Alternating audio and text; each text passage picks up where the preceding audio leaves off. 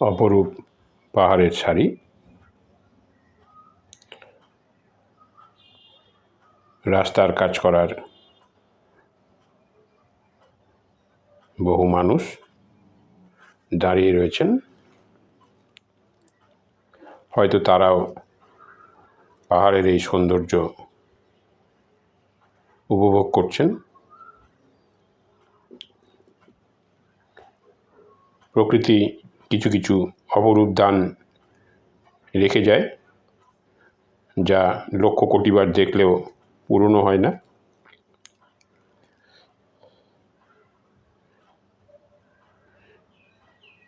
তেমনই একটি প্রাকৃতিক দৃশ্যের মধ্যে দিয়ে আমাদের গাড়ি যাচ্ছে। দেখতে পাচ্ছেন কোথাও ছায়া, কোথাও বা সূর্যের আলো, কখনো হালকা হয়ে যাচ্ছে সূর্যের আলো।